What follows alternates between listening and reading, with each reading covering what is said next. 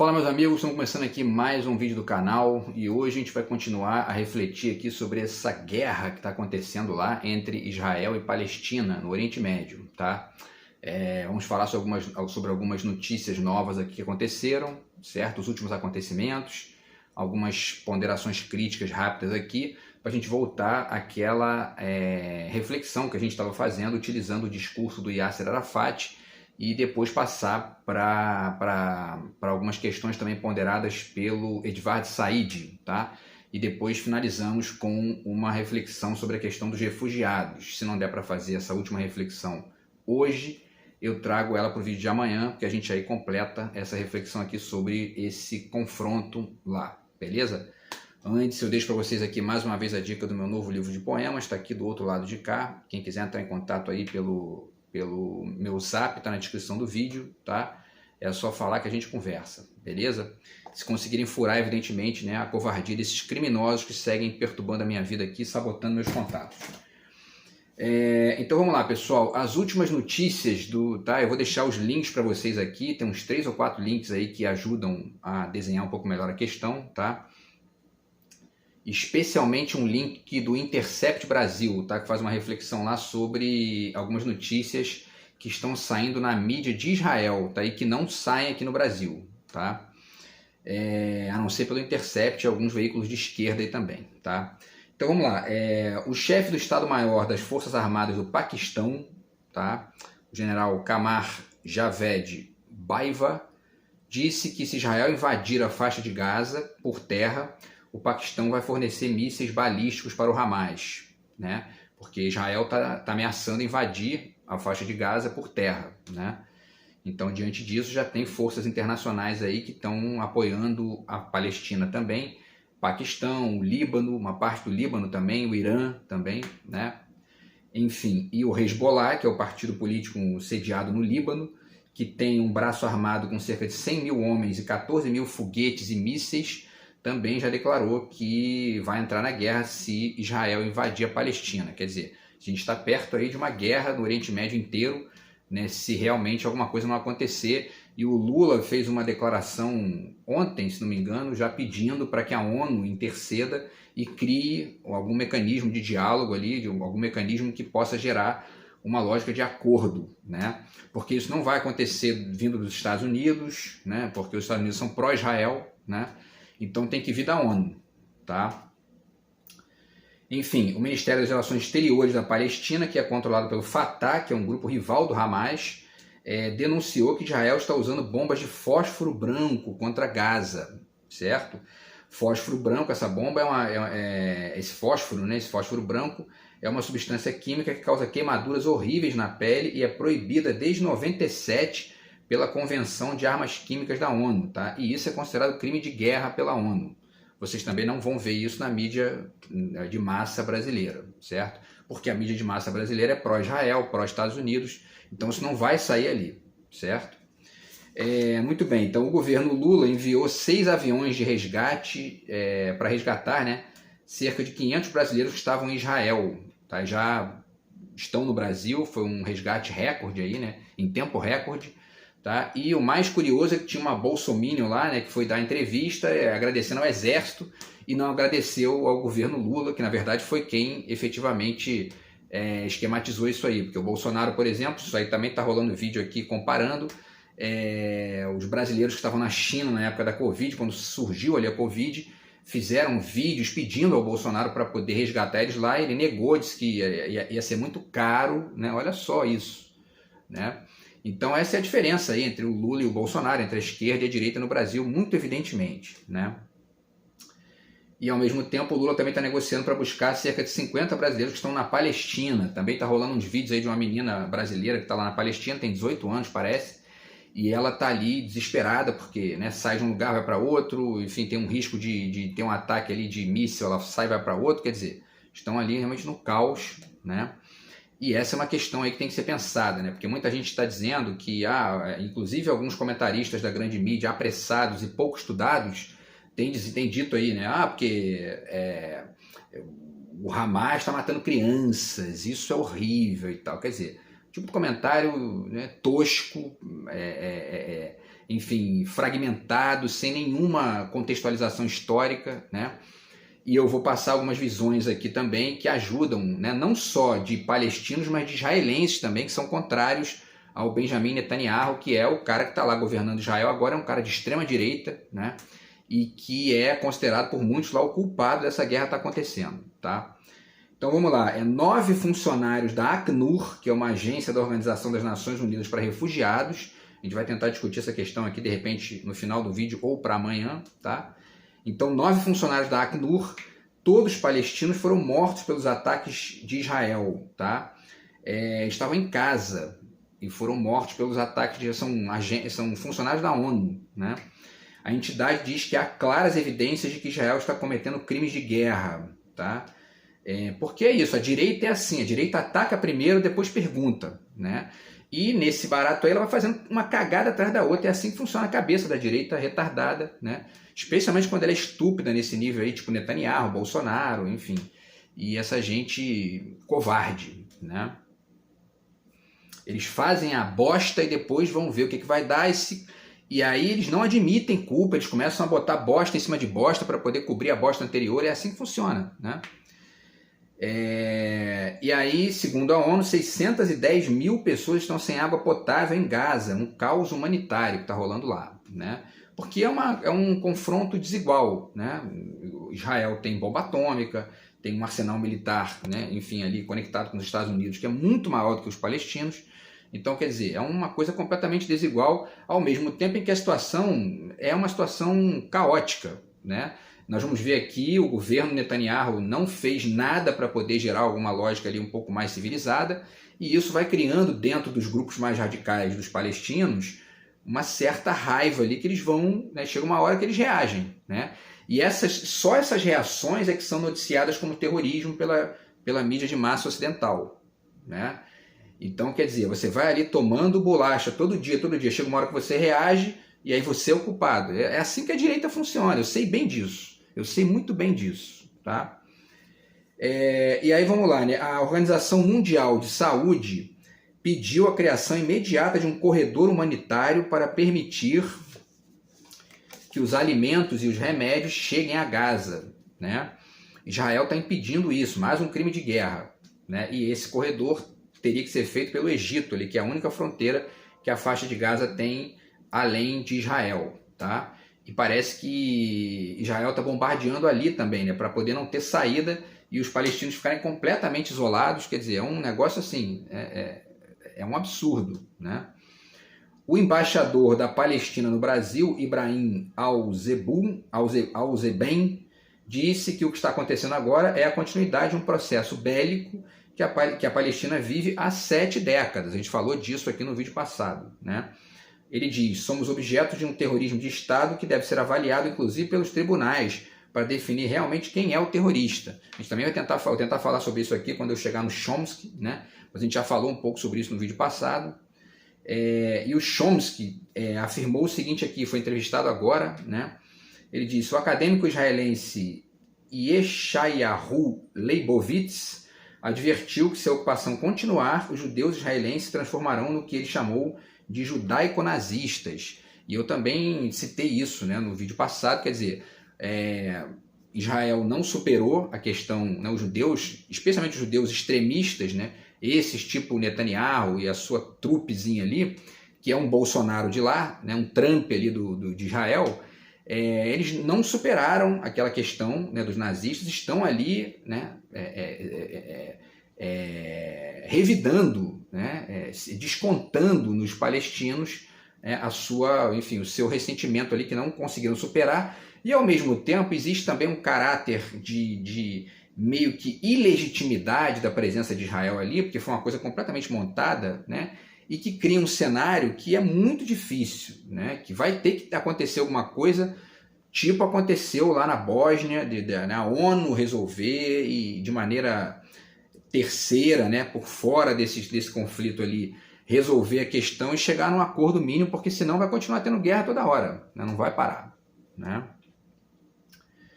E aí, enfim, o Hamas não aceita a existência de Israel, essa é uma questão também, né? E o Hamas vai ter que rever isso também, de certa forma.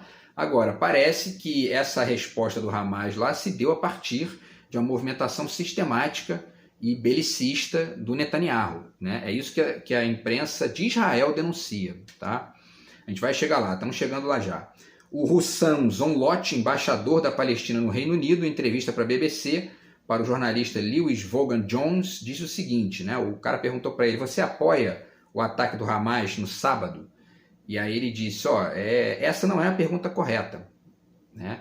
E aí é interessante ver essa notícia, vou tentar deixar o link para vocês também, porque essa entrevista, né?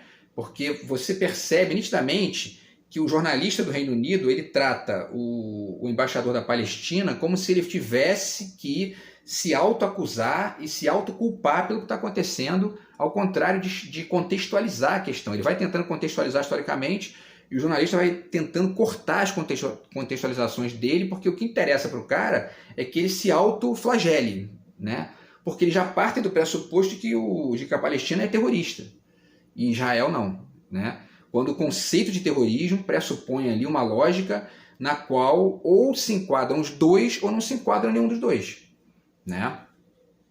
Porque o ataque a um país externo por outra justificativa que não a defesa do seu próprio território é um ato terrorista. Mas um ataque para defender o seu território não é ato terrorista, não está enquadrado nisso, né? Então você enquadra os dois ou você não vai enquadrar nenhum dos dois, é guerra, né? E ele continua, né? Eu estou aqui representando o meu povo, quem tem que ser condenado é aquilo que vocês chamam de a única democracia do Oriente Médio, né? Porque é isso, né? Eles estão ali meio que como se fosse uma democracia com um sujeito de extrema-direita no poder, né? Enfim, fazendo um monte de cagada ali e a coisa não se resolve. Aí ele continua, não equipare o invadido e o invasor. E aí nessa fala dele tem um detalhe, quer dizer, enquanto o processo não for negociado a partir da percepção de que o contexto histórico é um contexto no qual Israel começou invadindo, isso não vai se resolver.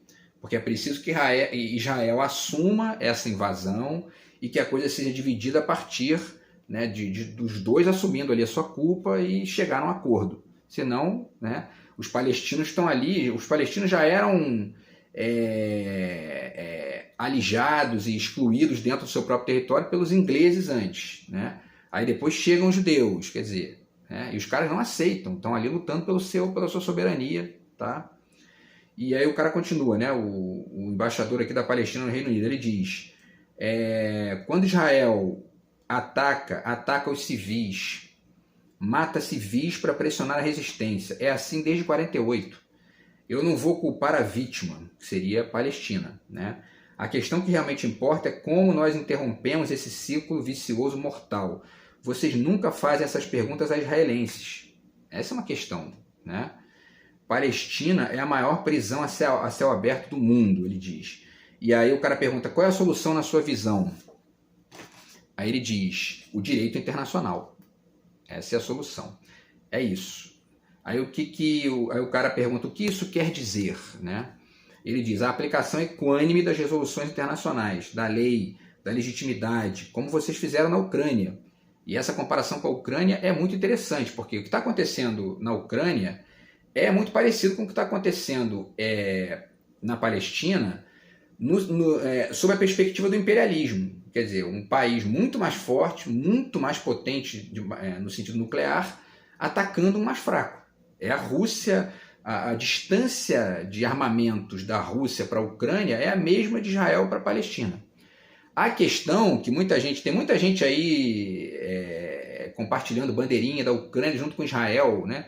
São os bolsominions, é a direita que mistura tudo, mas por quê? Porque eles estão procurando ali as conexões de direita. A Rússia é tida por eles como comunista, né? Mesmo que o idiota do Bolsonaro tenha ido lá babar o ovo do Putin, né, entendeu? Eles não têm menor contexto histórico, eles misturam tudo ali. E aí é isso, né? Quer dizer, eles são pró-Ucrânia, por quê? Porque os Estados Unidos disse A, eles repetem A. Então, se os Estados Unidos for a favor da Ucrânia, eles são a favor da Ucrânia e é isso aí, entendeu? Ao mesmo tempo, os Estados Unidos é a favor de Israel, então eles misturam Israel com a Ucrânia. Quer dizer, é um negócio assim, muito curioso, né? Mas é a cabeça dos bolsominions, né? Vai entender, né? E aí ele finaliza, né, dizendo, então como vocês fizeram na Ucrânia, você traria o embaixador da Ucrânia aqui e pediria para ele condenar os combatentes do país dele, né? Israel não pode ser tratado como exceção, como acontece há 75 anos. Então, é isso. E aí, pessoal, para finalizar, tá? Eu deixo com vocês aqui, nesse ponto aqui, né, das notícias, uma notícia muito importante do Intercept, que é um jornal aqui fundado pelo Glenn Greenwald aqui no Brasil, né? E que faz um trabalho muito interessante ali, porque ele vai buscar várias fontes que são diferentes, né, dessas oficiais e tradicionais utilizadas pela mídia de massa, né, no Brasil, tá? Então eles dizem, né, o Intercept Brasil, o maior jornal de Israel culpa Benjamin Netanyahu pela violência e não o Hamas. Aí o subtítulo, os jornais brasileiros são mais pró-Israel do que a própria imprensa israelense, né? O seu apoio aos crimes de guerra contra a Palestina estimula mais atrocidades, tá? É interessante isso porque a imprensa, ela tem uma certa, um certo tique, né, de estar sempre contra o governo, salvo quando ele é um governo que é muito, né, interessante para eles no nível ali ideológico, como foi Fernando Henrique Cardoso, por exemplo. E aí, como em Israel agora está governando um sujeito que é meio tipo Bolsonaro e que deve ter confrontado a imprensa lá, como Bolsonaro fez aqui, né? Ele está recebendo as críticas da imprensa de lá, como Bolsonaro recebeu aqui por uma imprensa que não tem nada contra ele no nível econômico, mas tem no nível ideológico, no nível melhor, no nível enfim, desses costumes, do conservadorismo tosco dele. Então fica aí um cenário interessante, porque a gente acaba tendo uma perspectiva crítica de Israel de lá de dentro, da mídia de lá, que acaba tendo uma atitude em relação ao governo de extrema-direita, né, de uma ponderação, né, porque os governos de extrema-direita tendem a atacar a imprensa também, né. E aí eles dizem o seguinte, né, os jornais brasileiros são mais pró-Israel do que a própria imprensa israelense. O seu apoio aos crimes de guerra contra a Palestina estimula mais atrocidades. Aí eles botam embaixo, o que a Folha de São Paulo pensa? Hamas terrorista. Já vimos aqui que esse termo não cabe para o Hamas, ou então cabe para os dois, né? A opinião do Estadão, terrorismo é terrorismo, não tem outro nome, né? O Estadão ainda é pior que a Folha, né? E aí a opinião do Globo, ataque terrorista afasta ainda mais chance de paz. Eles chamam de ataque terrorista o que o Hamas fez, né? Enfim, e aí vamos lá, vamos entender que não é, né? O Haaretz, que é esse jornal, que é o maior jornal israelense, tá? Um jornal mais respeitado de lá também, ele publicou a seguinte notícia, Netanyahu é responsável por essa guerra entre Israel e Gaza. E eles destacam que a mídia de massa só usa o termo terrorista, o pessoal do Intercept, né, para os palestinos, né? Essa mídia ignora as vozes razoáveis e ponderadas dentro do próprio establishment de Israel de que as políticas belicosas do governo de extrema-direita do Netanyahu são as principais causas da insegurança em Israel, tá? E aí eles continuam, o jornal israelense afirma que Netanyahu foi aqui entre aspas, hein, citando o jornal, Netanyahu foi um completo fracasso na identificação dos perigos a que estava conscientemente conduzindo Israel ao estabelecer um governo de anexação e expropriação dos palestinos, né? E ao adotar, ao mesmo tempo, uma política externa que ignorava abertamente a existência e os direitos dos palestinos. E aí o jornal continua. O ministro da Segurança Nacional de Israel é tão extremista que foi condenado em um tribunal israelense por apoiar o terrorismo e incitar o racismo contra os palestinos. Existem provas aqui de que os israelenses, os judeus, tratam o povo palestino nos livros escolares como uma raça inferior, né?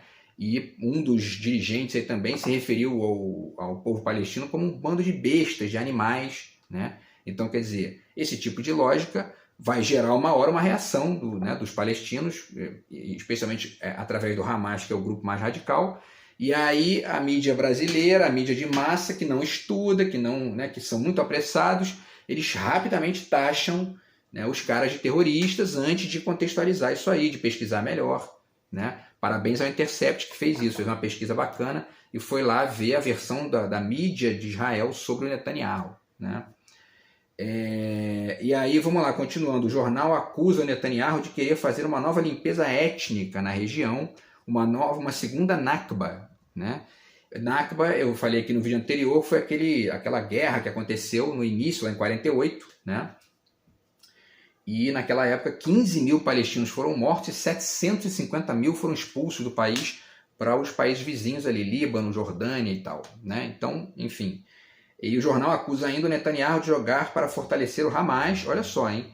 Parece que o Netanyahu tem uma prova lá concreta de que ele participou de uma reunião em que ele disse abertamente o seguinte, ó, a gente tem que fortalecer o Hamas, porque o Hamas é um grupo que pode responder de maneira violenta e ele dá aí a justificativa para a gente atacar, justificando no contra-terrorismo.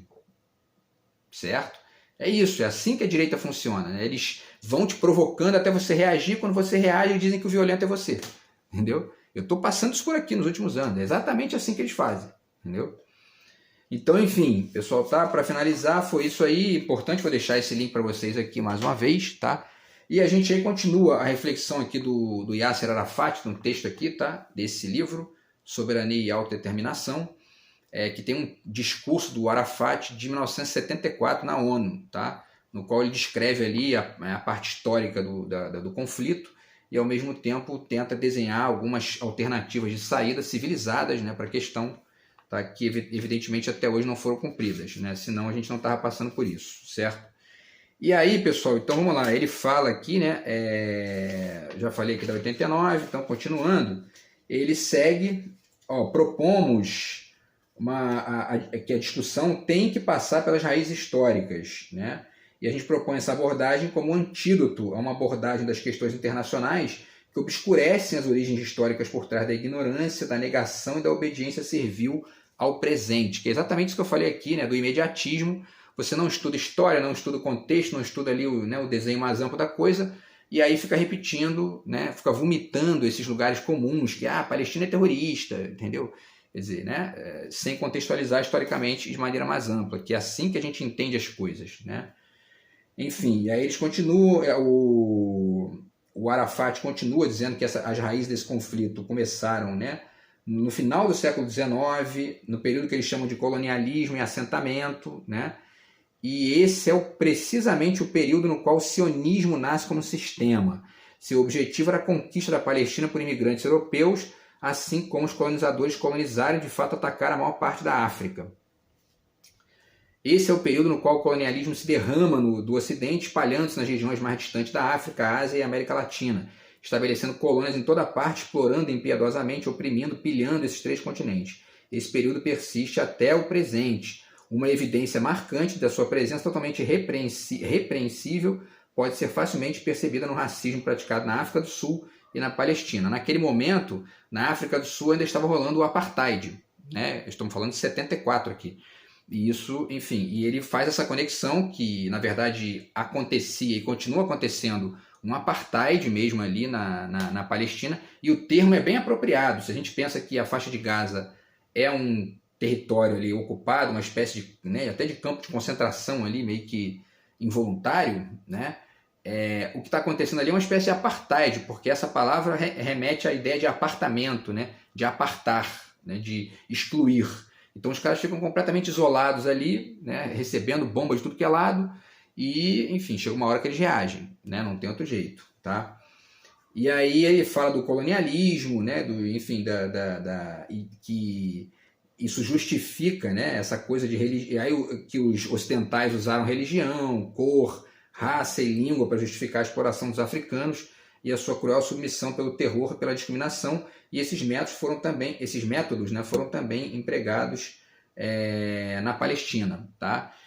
Enfim, se a gente pensa que, né, os países africanos, muitos deles só conseguiram a independência ali mais ou menos por ali, né, década de 70, 80, é exatamente isso. O século XX inteiro passou com os europeus e os Estados Unidos e tal, enfim, né, colonizando e se apropriando, ali, roubando mesmo um monte de coisa dos países mais pobres.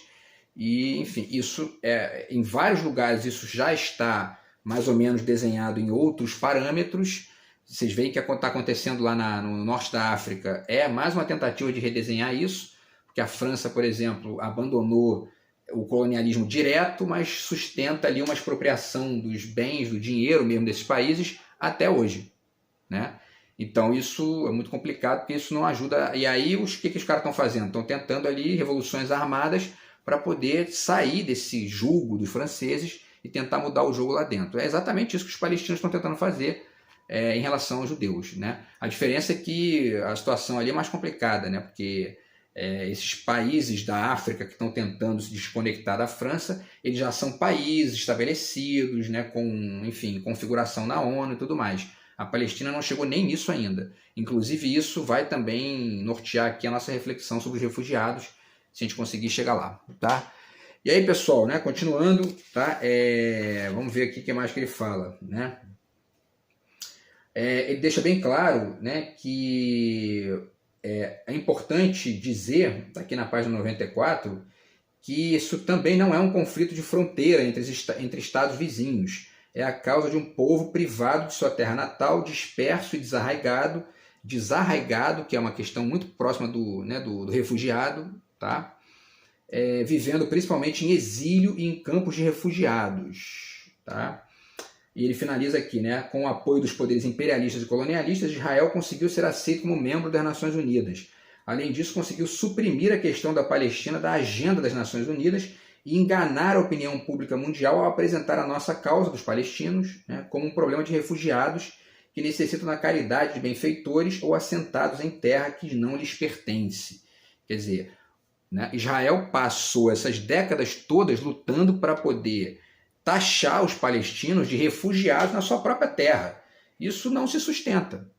Né? Os palestinos jamais vão aceitar isso porque eles estavam ali primeiro, né? Eles estavam ali antes, né? Vamos dizer, dos judeus, e efetivamente eles tiveram ali a sua terra expropriada. Então eles não vão aceitar ser tratados como refugiados e menos ainda como terroristas. Essa é uma questão também, né? Enfim, tá? E aí, continuando aqui, tá? Ele fala na 95, todas as decisões do Conselho de Segurança e apelos da opinião pública mundial para que se retirassem das terras ocupadas em junho de 67 foram ignorados. Quer dizer, os mecanismos internacionais, ONU, né, e tal, a OMS e tal, vão solicitando ali que Israel tome uma atitude X a partir de uma mediação, e eles ignoram e continuam. Então isso acaba em violência, não tem jeito, né? Enfim, tá? E aí ele finaliza aqui também dizendo importante: é muito doloroso para o nosso povo testemunhar a propaganda do mito de que a sua terra natal era um deserto até que com a labuta dos colonos estrangeiros desabrochou, que era uma terra sem povo e que a entidade colonialista não causou dano a nenhum ser humano. Quer dizer, existe também, né, essa prática de Israel e de parte do Ocidente de divulgar que a Palestina antes era um deserto, que aí os israelenses chegaram ali e passaram construíram alguma coisa ali, né? Na verdade não é, ele diz que não é, que já existia uma cultura ali, existia uma sociedade ali, pujante e tal, e que foi destruída pelos caras, né? Tá? A gente vai ter que fazer mais um vídeo aí sobre isso, porque é bastante coisa aqui, né? E aí, enfim, vamos finalizar aqui com essa fala dele, tá? Da 97, e aí depois a gente continua a falar mais um pouquinho sobre o texto do Arafat e fechar o restante aqui da reflexão no próximo vídeo, tá? Ele diz aqui no 97, se a imigração dos judeus para a Palestina tivesse tido o objetivo de habilitá-los a viver lado a lado conosco, gozando dos mesmos direitos e garantindo os mesmos deveres, teríamos aberto nossas portas para eles tanto quanto a nossa terra natal permitisse. Tal foi o caso com os milhares de armênios e circassianos que ainda vivem entre nós em igualdade. Mas o objetivo dessa imigração era de usurpar nossa terra, dispersar nosso povo e nos tornar cidadãos de segunda classe. Ninguém pode exigir que com isso concordemos ou nos submetamos. Portanto, desde seu início, nossa revolução não tem sido motivada por fatores raciais ou religiosos, que é um dos mitos, né, que existe aí. Essa guerra é religiosa. Ele diz que não. O seu objetivo nunca foi os judeus como pessoas, mas o racismo sionista e a violência sem disfarce, tá? Então, quer dizer, isso aí é importante desenhar isso aí, porque essa questão tem, né, explicações e contextos muito maiores do que a ideia de um conflito religioso, estrito senso, pode dar conta. Beleza, pessoal? Então é isso, vamos continuar tentando entender aqui esse contexto aí, esse conflito lá no Oriente Médio. No vídeo que vem a gente continua aqui, né, a reflexão e finaliza com os outros livros aqui, com Edward Said, com Chomsky e tudo mais, tá bom? Então é isso, grande abraço, até lá, tamo junto, fui.